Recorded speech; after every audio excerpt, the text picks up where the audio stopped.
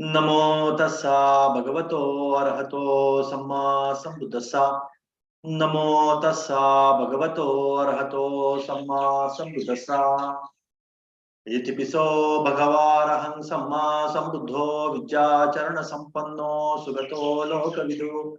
Anuttaro purisadamma sarati satta deva manusanam buddho bhagavati. Namo tassa samma sambuddhassa. Swakato Bhagavata Dhammo Sanditiko Akaliko Ahibasiko Vapanayako Pachatan Veditabbo Vinnuhiti Namo Tasaniyanika Sadammasa Supatipanno Bhagavato Savaka Sango Jupatipanno Bhagavato Savaka Sango Nyaya Patipanno Bhagavato Savaka Sango Sami Chipatipanno Bhagavato Savaka Sango Yadidang Chattari Purisa Yugani Atta Purisa Puggala Esa Bhagavato Savaka Sango Ahuneyo Pahuneyo Dakkineyo Anjali Karaniyo Anuttarang Punyaketam Lokasati Namo Tassa Atta Arya Puggala Mahasangasa.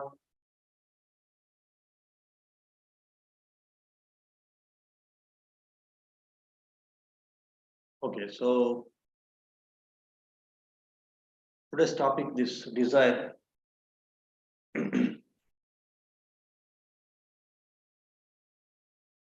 And so, of course, what is the perception of the so-called the Western philosophers or the scientists towards desire, and what is the religious perception towards desire? And again, of course, what is say Buddha's view on desire, the right view of desire, that we will see in this today's Dhamma talk. And of course, Buddha's view or Buddha's teachings are everything Buddha teaches is all about the relation between desire and suffering, and how by decreasing, understanding, handling desire authoritatively will reduce your suffering, and it will annihilate suffering, will nullify suffering, will remove suffering completely. By understanding, fixing, and removing desire, how the suffering also can be removed completely. That is what is like Buddha's teachings are all about. There's nothing other than this actually. In all Buddha's teachings, it is to know the relation between the desire and suffering and understand the desire in its multi-facets. And that very understanding will help you to fix it. Very anything, no? If you fix any machine which is not working properly, we should understand how it functions, what are its parts, how they are like say assembled. That idea if you have, then fixing becomes easy. If you don't have the idea about the mission itself, how and the different parts assembled there and how it functions, that very idea if you don't have, then fixing that mission is not possible. In the same way, the cause of suffering, that is the desire, the craving, if that is not understood, then you can't fix craving and thereby you can't come out of suffering. Because of that reason, all teachings of Buddha, they're all around this understanding of desire only. Because once you understand desire, then fixing desire becomes easy. And once the desire is being fixed, then the suffering is fixed. Then the suffering is removed, completely removed. So because of that reason, say, understanding desire is also equally important. So that also we will see. And of course, we have the reference of so many things to know about desire in this right view. But before that, we will see how these other so-called scientists, psychologists of desire, there are so many books about the psychology of desire. There are so many books about the philosophy of desire. And there are books about the physiology of desire. There's a lot of knowledge about the scientific knowledge about the physiology of desire. What is this physiology of desire? How a thought of desire will create different kinds of chemicals in the brain, and then how they will say go around in the body, in the bloodstream, and what is its impact on the body, how the thought, chemical, and its impact on the different body organs. That is the physiology of desire. So every thought, somehow it has some force of desire. For that matter, every thought is somehow associated with some or the other kind of desire. That's what is actually one of the aspects of right view. So thoughtlessness is desirelessness. When a thought has arisen in your mind, that because it is because of a desire, and desire and thought, they go together, and that thought at the body level, at the physiological level, it produces some chemical, some hormone, some chemical, some secretion.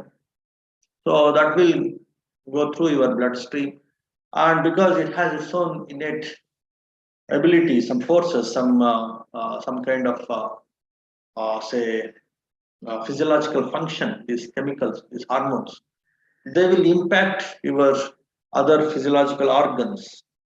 They're responsible for digestion, for the neurosystem, the nervous system, and the circulatory system. So many systems in the body, somehow they are affected by these so-called chemicals, which in turn are produced by your desires. So that way, there is a lot of say work, a lot of knowledge on this physiology of desire also.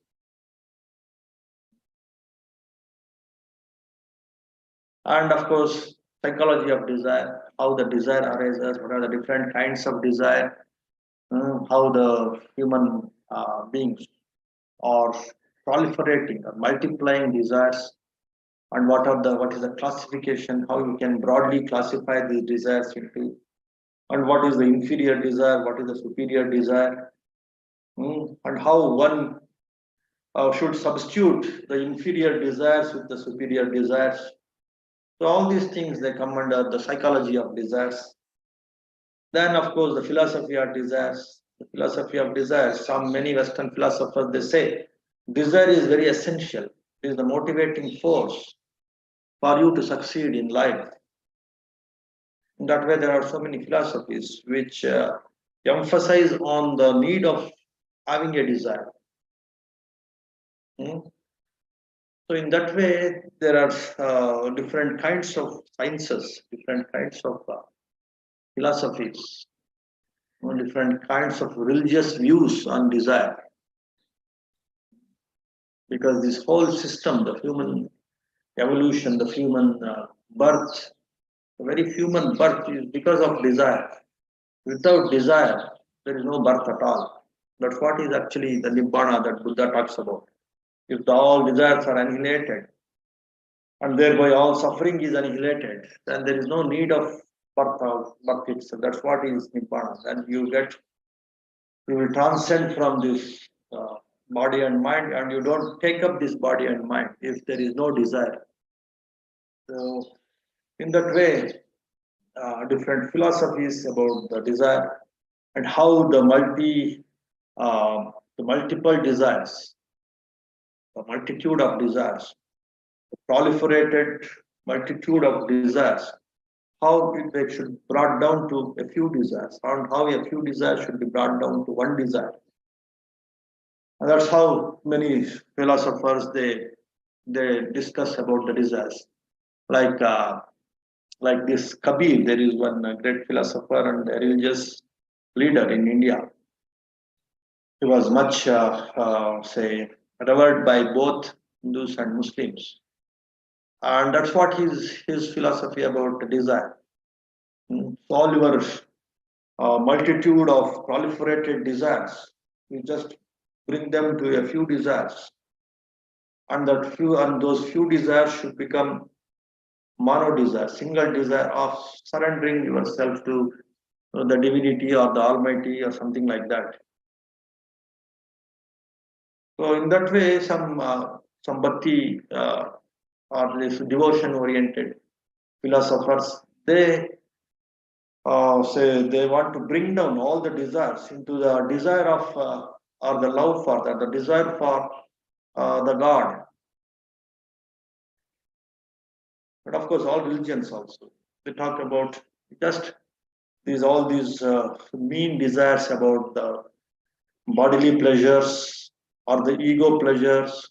Just transcend them and have the desire of only one thing, that is the Almighty, who is having all powers, all compassion, all abilities. Once you desire them, then you will get them. You'll get that what is the so-called God. Then you become one with God.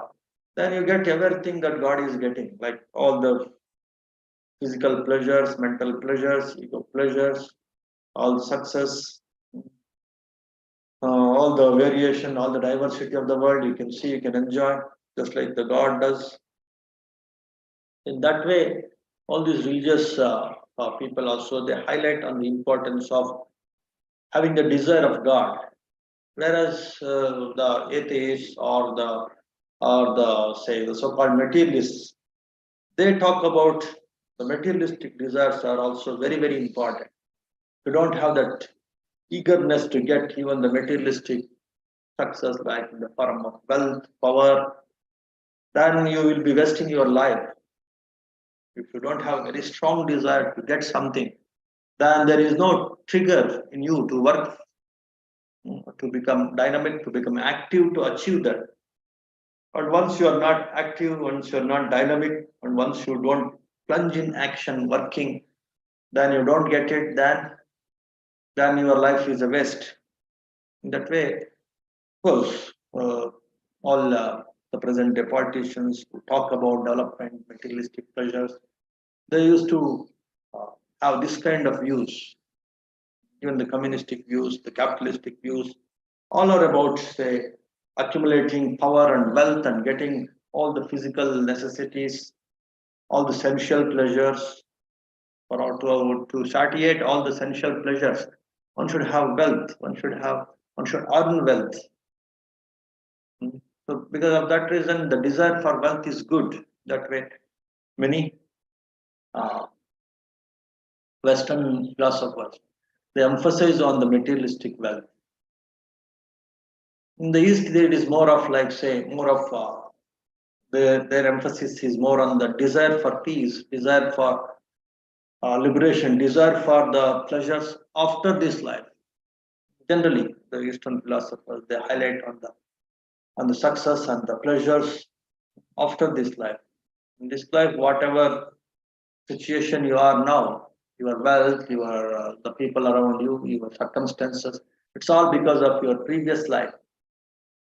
So in the previous life, if you are not in a, if you have not worked for the superior pleasures of, say, righteousness, of religiosity, those things you have ignored in your previous life. In this life, you will have very difficult or very hardships around you, difficult surrounding, very painful surrounding around you.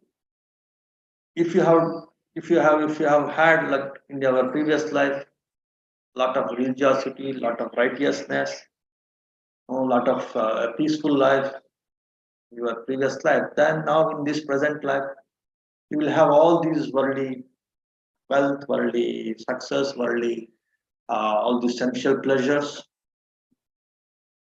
So there is some sense in what they say, because good begets good, bad begets bad. The accumulated good will put you into a good surrounding the next birth. Accumulated bad will put you in the bad surrounding in the next birth. So because of that reason, they always say talk of promote what is called the superior desire of say being becoming one with God, having this surrendering to superior powers, higher virtues, and little bit ignoring about the present sensual pleasures. So if it is too much, if any one of these two things, like these Western philosophers' view on desire, completely emphasizing on the materialistic or the sensual desires and forcing oneself to achieve these sensual desires, then the desire will not remain as one desire, it will proliferate. And it will create a lot of confusion also. The vast majority of the people, they can't stick on to one desire. The one desire, it will not remain as one desire, and it will start getting multiplying, and the proliferation of the desires happen, and one will get confused in that multitude of desires. And again, because of that confusion, the actions will not be proper actions, and they will not get what they are supposed to get back by the so-called desires. And then suffering, lamentation, distress, anxiety, all these things will definitely follow. If this Western philosophers' view on desires is so much taken seriously and completely becoming too much materialistic, it has its own limitations also. And the same way, this religious attitude of desires, all these sensual desires are dangerous. Don't work on them. Work on the spiritual desires, of say, of righteousness, of religiosity, of they say morality, of submitting your will to some higher authority. If that also becomes too much, then there is a higher chances of ignoring the worldly success, the worldly focus, the worldly even the sensual desires, fulfilling the sensual desire. You will start torturing your senses. That will also lead to some kind of say, suffering. And if that becomes extreme, then even one will get confused in these so-called spiritual desires. Or because of that over torturing of oneself, then the subsequent births also, it will not be of say happiness. Torturing leads to tortured rebirth only. So that risk is also there. So because of that, so any of these two extremes of overemphasizing on the sensual desires or overemphasizing on the spiritual desires is dangerous. So this very word desire, it is derived from one Latin word, they say, desidero. This very word desire, this if you see the meaning of this root word, desidero, the etymology of this word desire, is derived from the Latin word this desidero. So its meaning is like to long for, to feel the want of, wanting something, wanting something, that longing for. That is the meaning of this desidero, and also it has the meaning of missing out something or regretting. You see, so the desire and the regret, they go together in a way. That is what the meaning of the root word of this desire, that is desidero, means. Like, so the desire is always like, say, there is some amount of missing out, some amount of regret associated with this desire. Desire is always like not like fulfilling the desire, not the fulfillment of desire. Once the desire is fulfilled, then you get pleasure. Though it is temporary many a times, but still there is a pleasure. But most of the times, so you miss out. That is one more meaning of this word desire. You miss out uh, the, the, the, the result of desire or the fulfilling of desire. You just miss out. Just by desiring, you're not fulfilling the desire. So by desiring, by most of the times, you miss out the fulfillment of desire, and automatically then the next thing, the regret will follow. The desire, missing out the fulfillment of desire, and regretting that you had desire. These things will follow. You just see all your desires. 99% of desires, they go unfulfilled. And that unfulfilled desires, always they have, say, an aspect of the regret also. So regret and desire and missing out the fulfillment of desire. All these three things, they go together. That very root word of this desire, that desidero, the Latin word, it has these three meanings. Very beautiful. In that way, you can understand the nature of desire with the very meaning of this word desire. Desire is not the fulfillment of desire, that is point number one. Point number two is like so many things will miss out by what you are imagining, that having desire that you are going to get the pleasures, many things, many of the pleasures will miss out because the fulfillment is not the very idea of having desire. The very thought of desire is not the fulfillment of desire. Because of that, you miss out all the pleasures that you are supposed to get from that desire. And because of that, there is regret also. In that way, this very word desire will give you the actual definition or actual, say, the plus and minus. Mostly it is minus of the desire.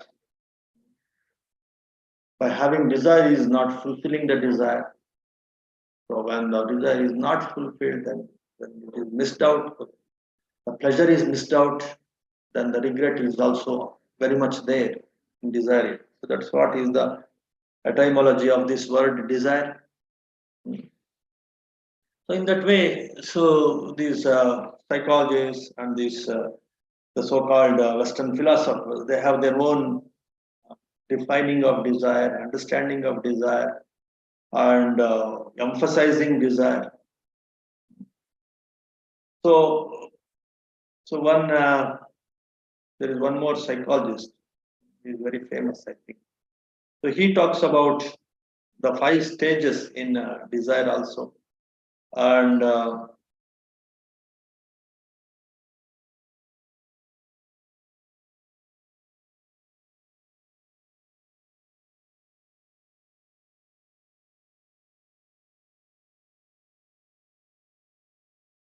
so there is something called, some people talk about 3 P's of desire. P, progeny, power, and purpose. These are the 3 P's of desire. That's what some people say. What are these 3 P's of desire?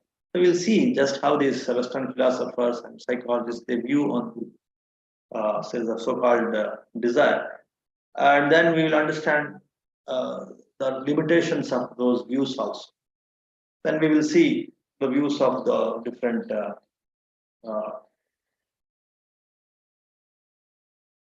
say these different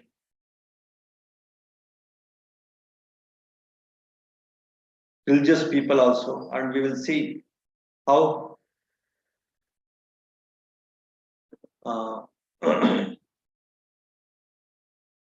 the limitations of those things.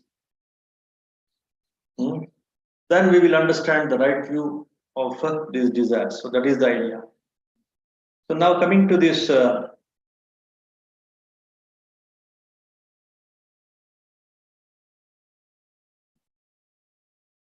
three P's of desire, and then the different stages of desire, the different kinds of desire.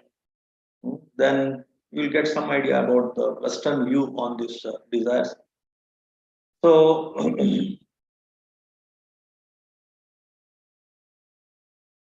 this gentleman, this person,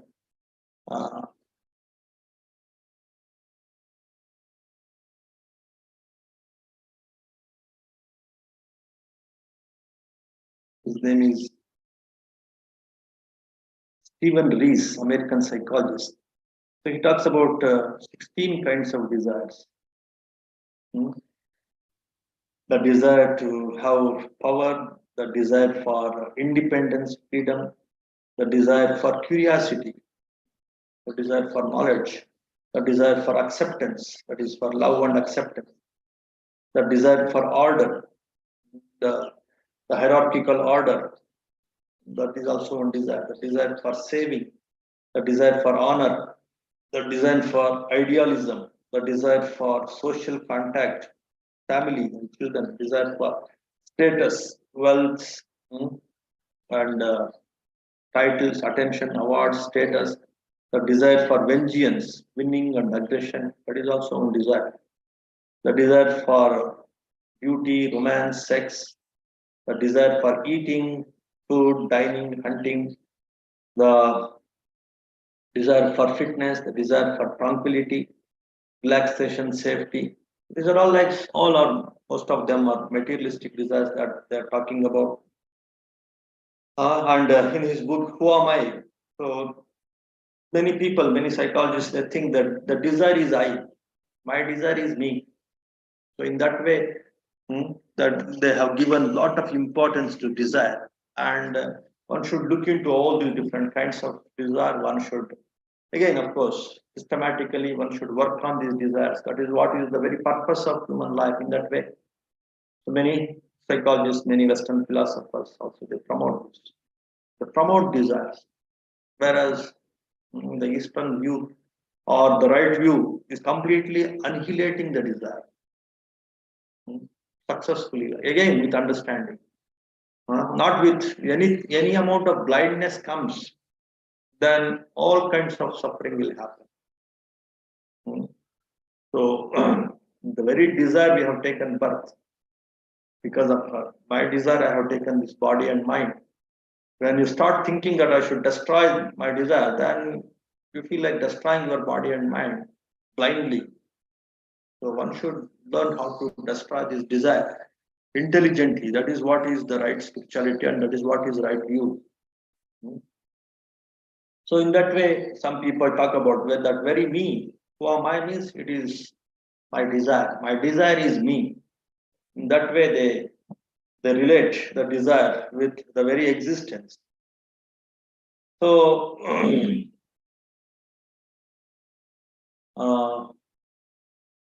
of course, there are so many versions of these Western philosophers. So now let us not spend much time on this. So we will see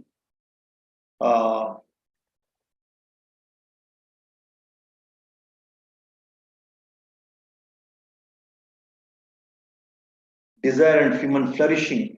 If human want to flourish, then he has to have desires. But this, as I was telling you, the limitations of this is like say, one desire will not remain as one desire.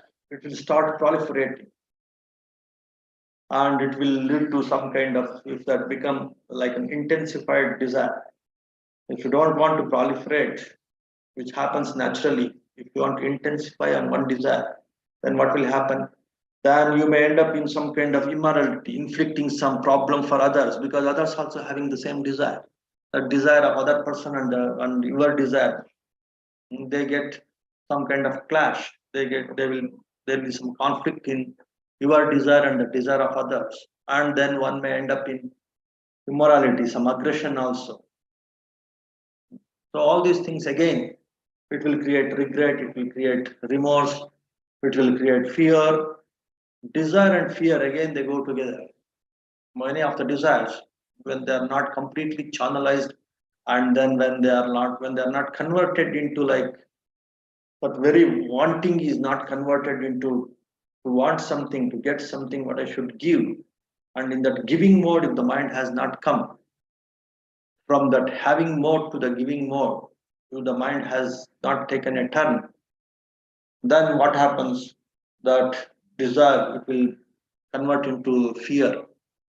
Most of the desires, if they are not converted into the what you want to give to fulfill that give, and if you don't enter into that giving mode, then automatically they get converted into fears. All fears, phobias, and thereby whatever anxieties, whatever tensions, whatever stress, whatever worry the people experience, it's all because of these desires, unfulfilled desires, proliferated desires, intensified desires. They only lead to all these psychological problems. But as many religious people or even these Western philosophers, they talk about the desire should not remain at the desire level. It should not remain at the this craving mode only. It should be like converted into like giving mode. So I want something to get something what I should give, because nothing you will get without giving. Energy can be neither be created nor be destroyed, something like that in the physical world they talk about. In the same way, so whatever say the desire, energy that you have you have created in your mind, so nothing will come to you by simply desiring. For that you have to give something. You give something, then only you get something. Action and reaction are equal and opposite, and energy can neither be created nor be destroyed. It will just change from one form to other form. In the same way, so from your giving only you will get something back. So with this attitude, if you don't move from this craving mode to the giving mode, what best I have and what best I can give, so that I can get something. If that kind of intelligence is not there, and based on that intelligence you don't work for your desire, then all these psychological issues will start. Because that desire will remain as a desire in your mind, means like the pressure is accumulating. And that accumulated pressure is nothing but your stress, your fear, your anxiety, your tension, your worry. That's it. So how to come out of the tension or the pressure? Like you have to do something. In the doing, that pressure will go out, and all the freedom, all the causes for getting, it will start in your giving. Because of that reason, so this this the giving is substituted. This giving has been used as a substitution in place of this craving or wanting, so that you can achieve both this materialistic success, and thereby you can fulfill your materialistic desires, and also you can achieve the spiritual success, thereby you can achieve your spiritual desires also, or this ego satiation also you can achieve. And that's what uh, the religious people are more interested. Like in the case of Kabir, we just substitute multiple desires with a few desires, uh, and then more focusing on these spiritual desires of, say, how best I can practice morality, how best I can practice generosity, how best I can submit my ego to a superior ego like God. So there you focus. In that way, automatically all that accumulated pressure because of desires, that will go away, because that very ego is actually one of the causes for the pressure accumulation. And once that very ego is submitted, then automatically that pressure also will be relieved, released from your system. Then you experience a lot of freedom, and that very freeness will make you to enter into this working mode or giving mode. And once you are into this giving mode and working mode, then automatically you will start getting. So in that way, many wise Western philosophers or the Eastern philosophers, they talk about. So from many desires to few desires to one desire. That's what is the ultimate thing, that whether it is the Eastern philosophers or Western philosophers, they want to highlight and they want to motivate people. But Buddha has gone one step ahead, and he talks about from multiple desires to less number of desires to no desire, not just one desire. So one should transcend uh, from multitude of desires to no desire, or having that clarity of no desire state or the desirelessness state, and based on that, substituting this wanting, craving, desiring with giving, giving up, letting go, with that kind of thoughts, having the background of desirelessness is the cause of happiness. Desirelessness is the motto of this life. With that understanding, whenever a craving, a wanting, a desire arises, so immediately you think of its opposite, that is giving up, letting go. And in that state, whatever you feel like doing, and keep doing that. Being mindful, being in that giving mode, always substituting, because when we have mind, lot of uh, thoughts of wanting or those desires, definitely they arise. So with your wisdom, what one should do? So let it be there, this desire. Let me enter into and be aware of that. Be mindful of your desire. And let me substitute it with some giving thought, some giving up thought or some giving thought. And based on that giving thought, let me enter into this working mode, this action mode. So that's what is actually the summary of Four Noble Truths. Craving or wanting is the cause of suffering.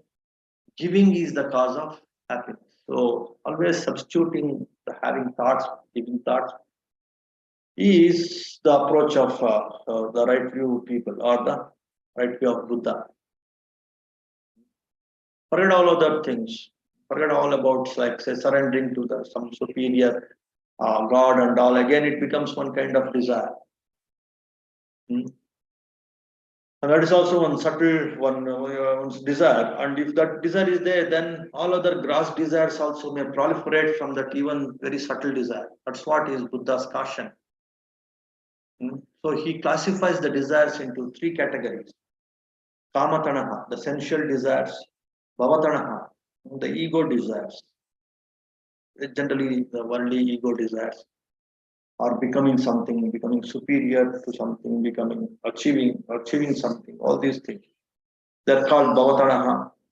And Vibhavatanaha means like even the desires of, say, transcending all this worldliness, or transcending even the divine desires, uh, celestial desires, and the desire for even the liberation, desire for Nibbana is also, like, say, discouraged by Buddha by calling it as, by classifying it as Vibhavatanaha. So if you don't have the desire of Nibbana, then how will you become the follower of Buddha? Because Buddha all the time he talks about Nibbana. But he says, forget about the desire of Nibbana. You just see the different causes and conditions that you should cultivate in your mind. That is all the giving mode of the mind only. In the giving mode only, the Nibbana is there. So cultivate that giving mode in your mind by being alert, by being say, focused on the present work, and in all your meditations also. The different sense objects which are not properly understood, they become the objects of desire. The very sounds, if you are not properly mindful of the sounds, not being objective of the sounds, then that very sound, because of your accumulated what is called the mental dispositions, so you will start craving some kind of sounds, and you start hating some kind of sounds, and you keep on repeating it again unmindfully. Then it becomes like addiction to some kind of sounds. Want to hear that sound again and again, and addicted to hate some kind of sounds. It's again because of unmindfulness, not observing the things properly, not being in the present sounds authoritatively, correctly, objectively. That will multiply your desire. That will make your mind, say, to become more dull, more, say, rigid, and that from rigidness and dullness only, the desire also will aggravate. That desire also multiplies and it gets strengthened. Once you become more mindful, more open, more objective, more observative, then automatically all the rigidness of the desire will start melting. And you see the ephemerality, means like the momentariness of whatever pleasant sound that you are thinking you have formed that kind of notion in your mind unmindfully, that will start breaking, that will start dissolving with your mindfulness, with your observing the sound as a sound. Then letting go becomes very easy. And that very letting go, very giving up is actually the happiness. And that continues in your mind stream. And that very attitude of letting go, attitude of giving up, it increases in your mind stream.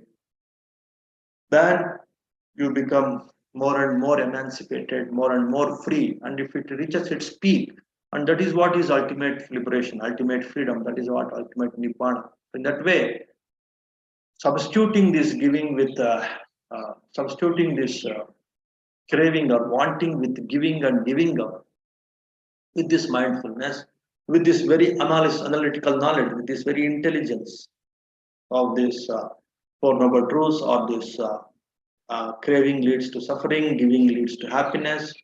How best I can give and give up by observing the things, by knowing this, how impermanent these so-called essential objects. So by correctly observing and by correctly analyzing, so what's happening? Your giving up becomes easy, and in that giving up, you are experiencing the freedom. And if it reaches its peak, that is what is Nibbana, where all kinds of cravings, all kinds of wantings are completely destroyed, completely removed from this mind stream. The same thing with your objects of, say, tasting, the taste, different tastes, objects of the smell, different kinds of smells, different kinds of touch, the sensations, physical sensation. Some touch, you find it very soft, very pleasant, very light, very smooth, very pleasant. But when you see these, the so-called the pleasant sensations or the soft sensations, and even in that softness also, if you correctly see, there is some kind of burden, there is some kind of pressure in it. And when you see, they're also ephemeral. In that very softness also, there is a lot of that very softness also, it will disappear moment to moment. And there is again some emptiness only in between the softness also. Transcend hardness with softness, and with the softness also, if you correctly observe, there is emptiness only. There is no need to attach yourself, crave for softness, because it is also momentary. It also keeps changing, and you end up in only the emptiness of, and emptiness only. The emptiness sensation only is there. It's not exactly sensation. That reality is there. That softness sensation also temporary. It is also ephemeral. So in that way, just like the pleasant taste, the pleasant smells, the pleasant visible objects, all are temporary. In the same way, sensations also temporary. So in that way, by correctly observing and by correctly analyzing these objects of observation through the five senses, and also the thoughts, the mind sense also, if you observe the thoughts, these very thoughts, they're like say, like moving clouds kind of thing. They are not permanent at all. So some craving thought comes, it will go away. And again, some other craving thought comes. And there's a gap between these two thoughts. If your mind is not aware of this gap between these two craving thoughts, then the craving looks like it is continuous. Otherwise, they are separate, they are momentary, they are ephemeral, thoughts also, the mental objects also. And in that way, the proper observing and proper analyzing that all these sense objects for which my mind is desiring, thinking that there's no sense objects are, they give pleasure, they are permanent. With that view, if I keep on say multiplying that kind of ignorance, that kind of unawareness, that kind of unintelligence, ignorance, then the desire look like permanent, the desire look like, say, pleasurable. But if you correctly observe, correctly see its changing nature and its discontinuous nature, and because of your ignorance, you are bringing them together, filling up the gaps, and you are making it continuous because of your ignorance, because of your wrong analysis, wrong observation. So that is making a desire as a consistent one, as a strong desire. And then, as we were discussing, those desires will lead to disappointment only, or so they lead to uh, a regret only. Even if that it is fulfilled, only this much, that kind of disappointment you will get. If they are not fulfilled, then you get regret, then you feel you get disappointed of not getting fulfilled. In that way, that very nature of desire is either to disappoint you by not fulfilling it, or even if you are fulfilling it by getting very temporary pleasure, very temporary satisfaction. Again, after satisfying one desire, the mind again will crave for some other desire. And again, that same stress, same tension, same anxiety will again follow. If that is the nature of desire, because of this nature, because of this impermanence nature, because of this unfulfillment nature, because of this disappointment nature of the desire, because of its stressful nature, because of this oppressive, burdensome nature. So Buddha has to say, so this desire is the cause of suffering. So of course he uses the word craving, but the lighter version of craving is desire only. As I was telling you, so even when you see in one of his discourses, Aganya Sutta, the beginning, the knowledge of the beginnings of this. So actually, all these human beings, they were in some higher realms when this earth was, like say, supposed to form. During that time, the humans were at the higher levels, the Brahmic levels. There, the minds were happy with a lot of the Brahmic desires. When the mind develops a little bit of curiosity about some lower desires also, then the falling down, the decline will start. They will start developing more senses, all the five senses, and then they will expose themselves to all the five sense objects. And again, the desires will become more and more gross. Then the gross sensual desires will start. Again, they fall down, they start declining to the human realm. So, again, because of satisfying these gross human desires, then the human, this world has to be formed with gross taste, with gross smells, with gross visible objects, with gross sensations. So in that way, our mind, our desires only, if they become gross, our creations also become gross. So when our desires become say subtle, then our creations also will become subtle.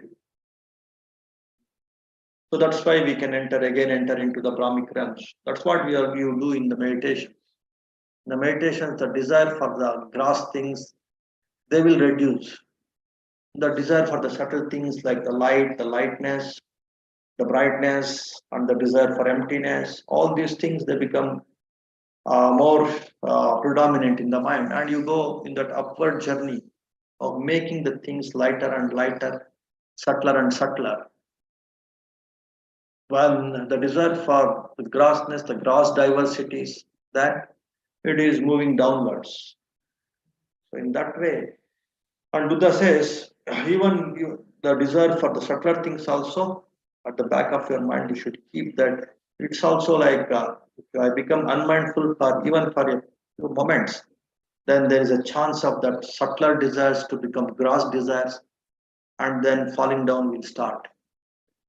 Just like one Brahma, one Brahmic being, because when he became unmindful, then he became one pig. He has fallen down into the realm of pigs, this animal realm, because all his desires they become like very gross, and the gross desire of a pig has developed in his mind stream. And as the mind, so is the body, and so is the world around that body. So he has to become a pig. In that way, so all the science of Buddha is around desire only. All the, whether you call it as material science or the spiritual science. So all the science of Buddha is around this desire. Even all the materialistic things also they create around these desires only. All these spiritual realms also they get created these around these desires only. Subtler the desires, subtler will be your spiritual level, and the world, the materialistic world around that also will be subtler. And gross is your desires, then your realm will be a gross realm like animal realm and the human realm, and the world around you is also gross. So that is what is the right view of understanding the desire. But even any kind of desire, if it remains, when you become unmindful of it, then there is a higher chance of that desire to become a gross desire, and pulling down will automatically happen. That's why this concept of or this knowledge of mindfulness, this training of mindfulness, based on this right analysis of how grossness leads to grossness, subtleness leads to subtleness. If this right analysis about the desires is there, and based on that right mindfulness, if we cultivate, then right pleasures, the right happiness, you can able to comprehend, and thereby working on lightening your desires and transcending the desires, it becomes easy. At the back of your mind, desirelessness is the best happiness, is the ultimate happiness. That is the to achieve that, of course, the gross desire should be converted into subtler desires, and simply having that analytical knowledge is not sufficient enough, and you should have that eagerness to observe it and experience it. So with that, if you keep working on the meditations, these right view meditation, then all your gross observations becomes subtler observations in all the awareness meditations. All the gross feelings will become subtler feelings in all the feeling meditations. You know, having all the gross mental formations become subtler mental formations, and very subtler and superior confidence levels you will develop, and all the gross perceptions will become the subtle perceptions when you practice perception meditations, like your Asubha, Anicca, Anatta, all these meditations. So one of the strongest desire again is the desire for the sensual, the sexual desire. The appeal of a woman's body to a man's mind, or a man's body to a woman's mind. That is again very much deeply embedded in the human psyche, in the human uh, mind stream. If that has to be removed, then again is object of desire. So the body, let us say. So it has to be observed in a right way, in an objective way. How much attractive it is, how much pleasure it gives me, how much beautiful it is, mm, how much pleasantness with regard to sensation also I can experience by having it. So if that kind of uh, observation of the object of desire, like the body, is observed in an objective way and analyzed, the pleasure that you are going to get from it is very ephemeral, and that very exciting pleasure is also, it is like burdensome. It is, though it is ephemeral, and it is full of, say, um, what you call, like, say, trapping. The mind becomes beclouded. So if you become unmindful even for a moment, because of that, observing that as asubha, repulsive, loathsome, and then observing it as it is, the sensations or the very object of desire, like the human body as it is, you become skillful in that, then automatically all these deep rooted accumulated desires, they become like they start evaporating, because that very wisdom will actually will melt this kind of this ignorance. The wisdom melts the ignorance. Just like the light will remove the darkness. So this wisdom will remove the ignorance. Wisdom of what? Wisdom of correctly observing how impermanent the things are, how say it's not pleasuresome, it is pleasuresome. There is pleasure in the so-called attachments, the so-called desires, so-called thoughts of desire. That way, if you observe the very thoughts of desire also, you can feel the burden of them.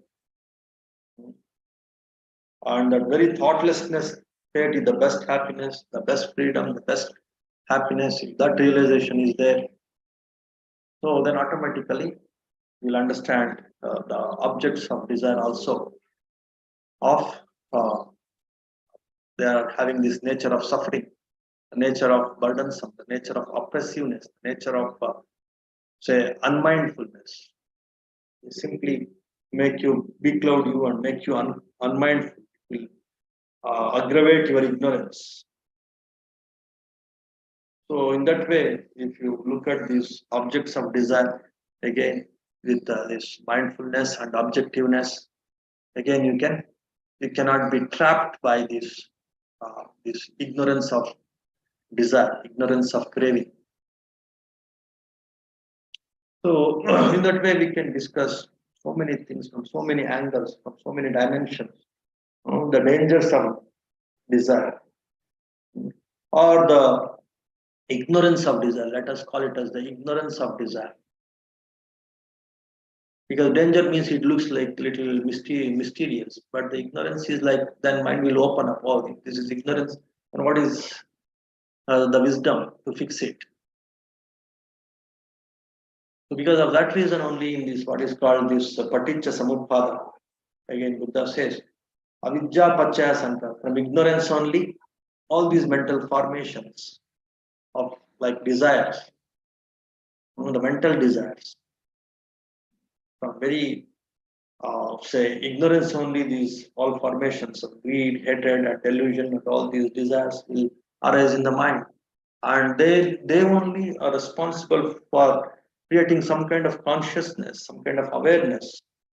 And many religious people, many religions, they talk about the consciousness is ultimate. It is the part of the universal consciousness, that is the divinity, that is the God, supreme soul. That way they say. But Buddha says that consciousness, it is just the product of your own ignorance.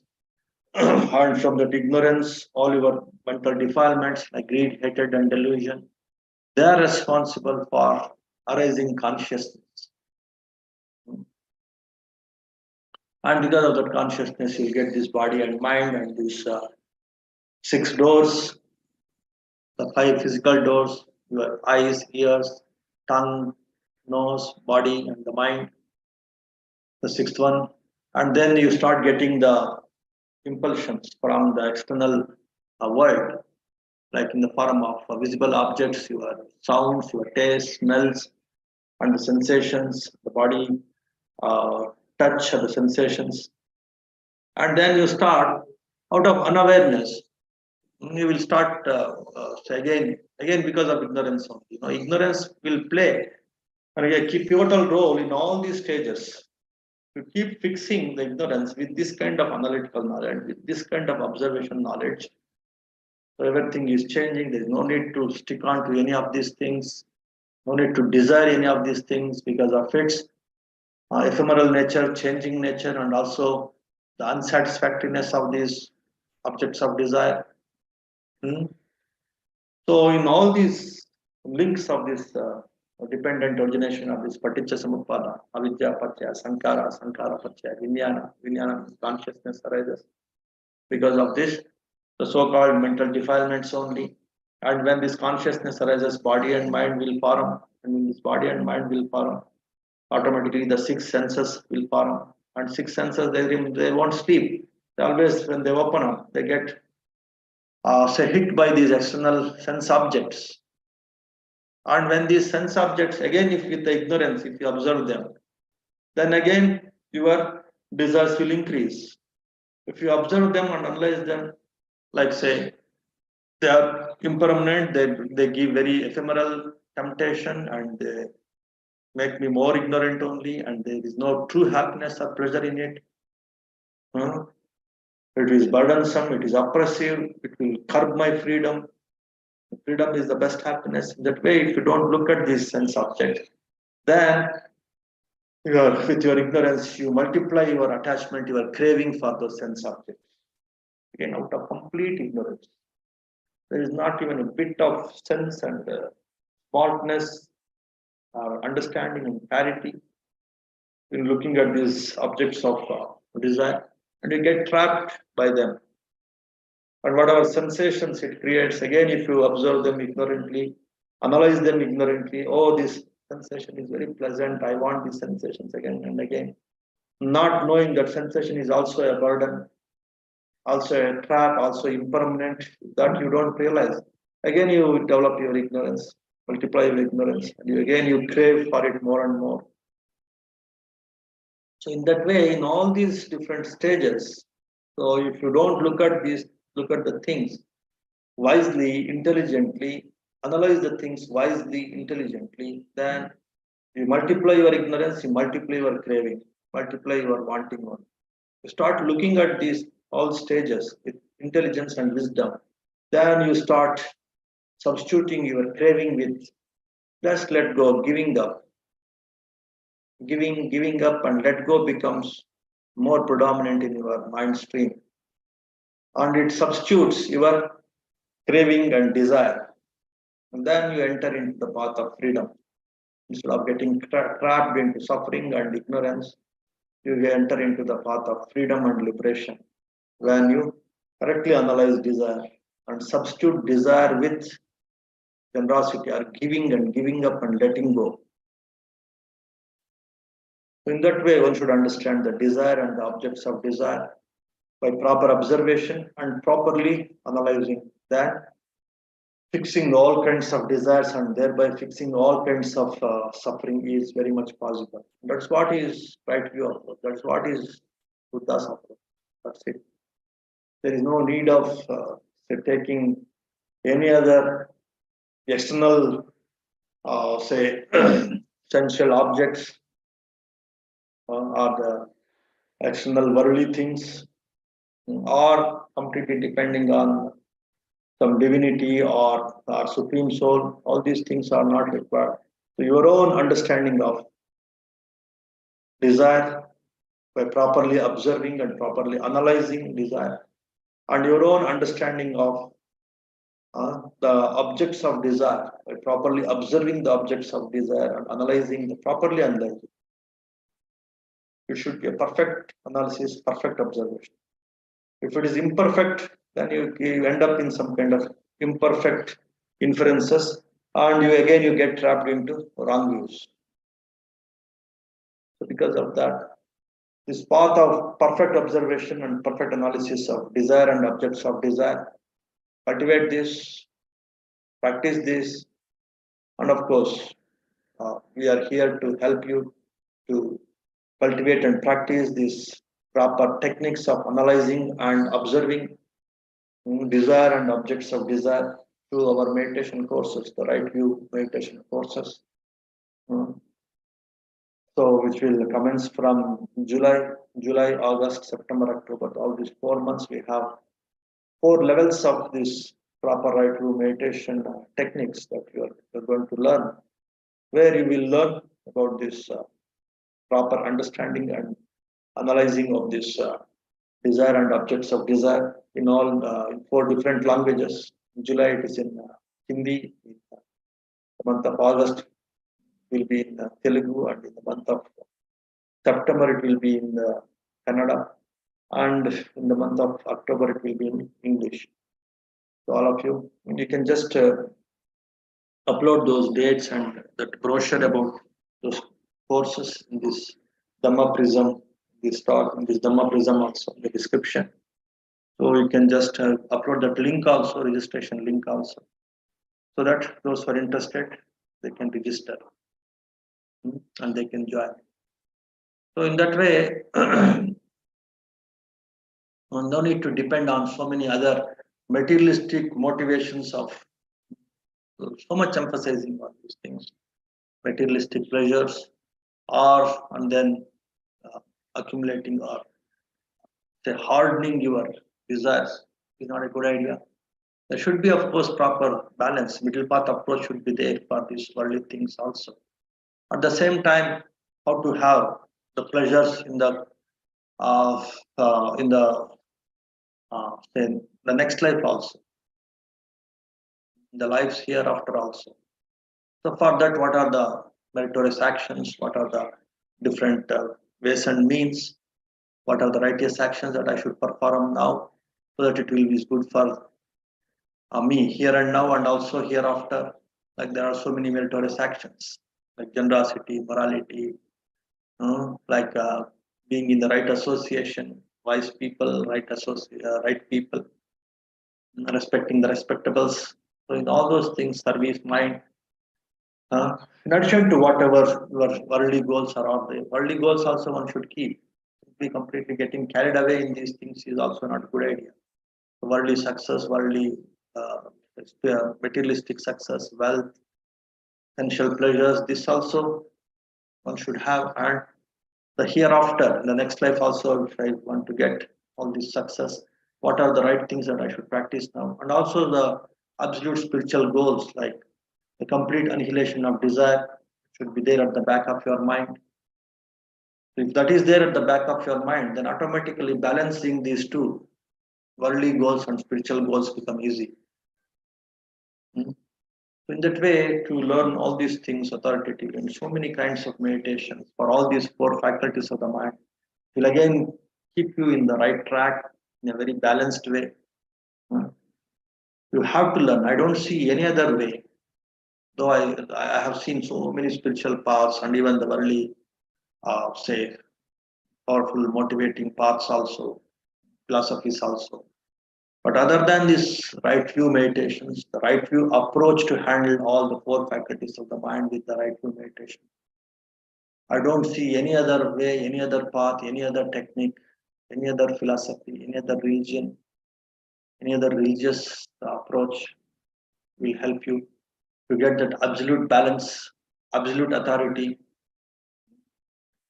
absolute powerful, say, uh, grip on all kinds of desires. If you don't get the complete grip on all kinds of desires, then you can't balance your worldly successes, worldly goals, and the spiritual goals. So for that, only this right view approach, only the right view approach will help you. So to learn that, you attend this right view meditation courses. You're all welcome to attend those courses. And of course, we have this Pali, learning Pali through the scriptures and also through grammar that we are going to commence from the next week. So all of you register for that Pali courses also, because you learn the Buddha's teachings directly from the original language Pali, and it will be very, very like impactful when you learn the right view, but from the direct uh, words of Buddha from that Pali language. The Pali text itself, if you learn, will become more impactful, more powerful, and more satisfying also. Because of that reason, again, we encourage you people to join these Pali classes. And again, that Pali classes link and that poster also, you can upload in this Dhamma Prism. And in these talks also, you can upload the description. Then some people can be benefited from that also. Okay, I think with this, we will conclude today's Dhamma talk on, say, how to analyze and observe properly the arising of desire and also the impact of the objects of desire in the mind. And during that time, how to observe these objects of desire and how to analyze these objects of desire based on the proper observation, proper this understanding of the thorough, complete understanding of this desire. Any thought is because of desire. So thoughtlessness and desirelessness, they go together. The thought and desire, they go together. Keeping this thoughtlessness and desirelessness, as the purpose of human life in the back of your mind. You keep on working on the present moment of how to observe the things properly, how to give up yourself to the present moment properly. So with this right view approach, so then automatically you can fix the desires in a very systematic way, and you can progress systematically in getting the superior happiness. Okay, so that's what is today's Dhamma talk. If you have some questions, big questions, you can ask, and then we'll conclude. Any questions? There are no questions, Guruji. Okay, we'll conclude with one small chant.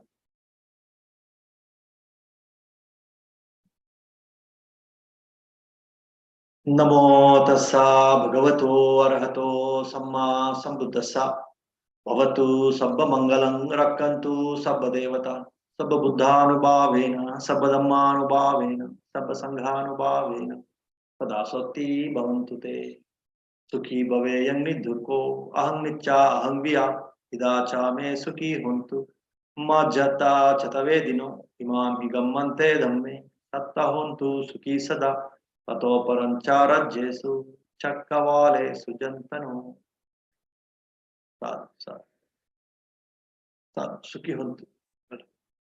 May all of you be happy, healthy, and peaceful. May all beings also be happy,